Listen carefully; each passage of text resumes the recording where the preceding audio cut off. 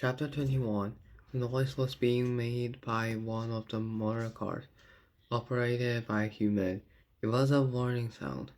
2 or 3 seconds is not long enough for me to notice everything at once. Some of these observations have been pieces together later, based on my recollection of what happened.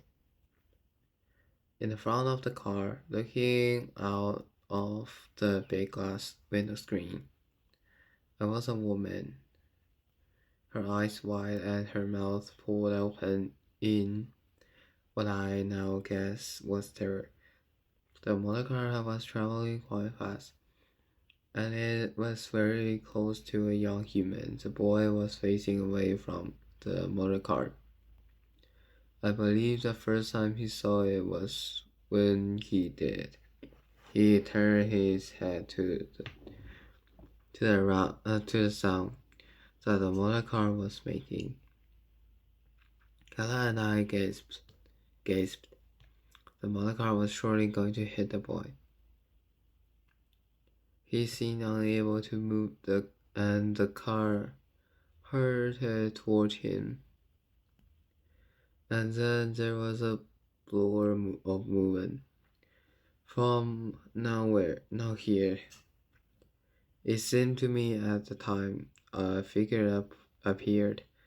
Another human who ran in front of the motor car and pushed the boy out of the way.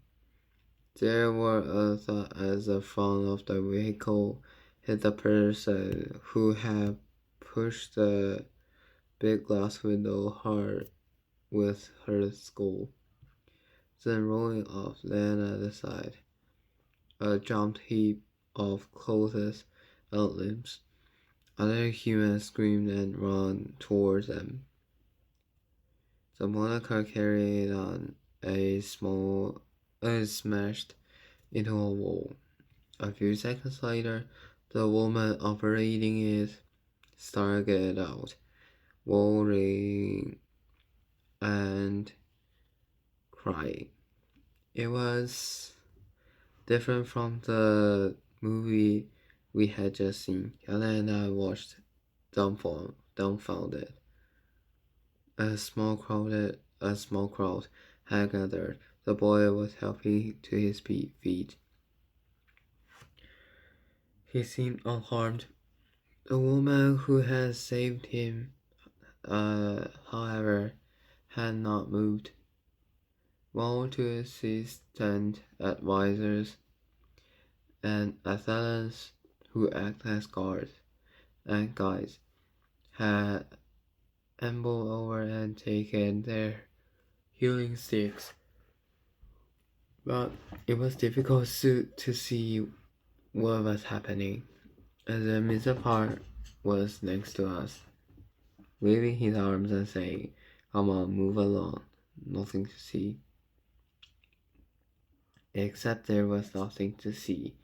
The woman was still laying on the ground, and people around her had straightened up and were shaking their heads. "Is she dead?" I asked Mr. Park. "Most guns back. Most probably.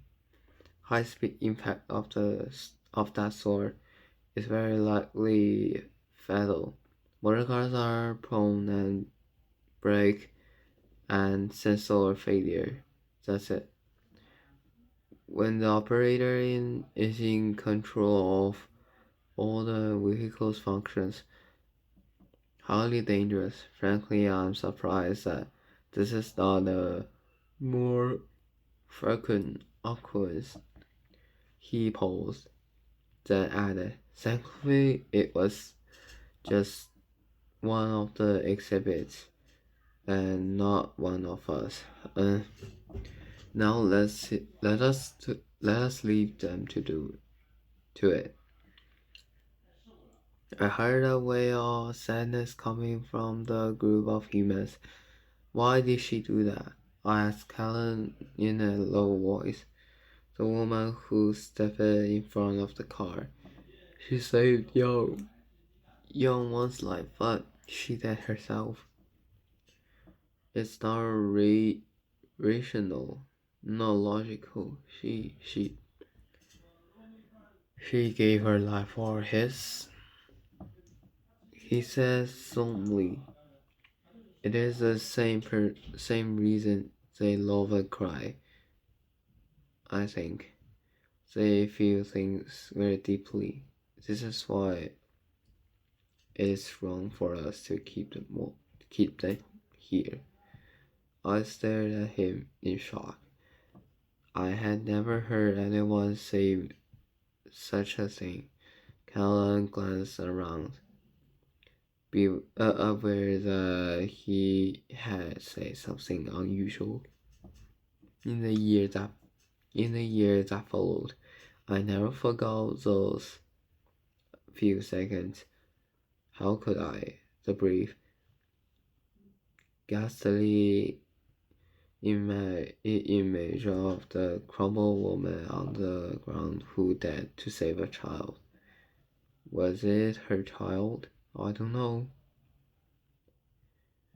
But I never forgot her. Or the extraordinary and irrational thing she had done. Nor did I forget the mess over the screen room, or what Callan, who became a friend, had said. It's wrong for us to keep them there, keep them here.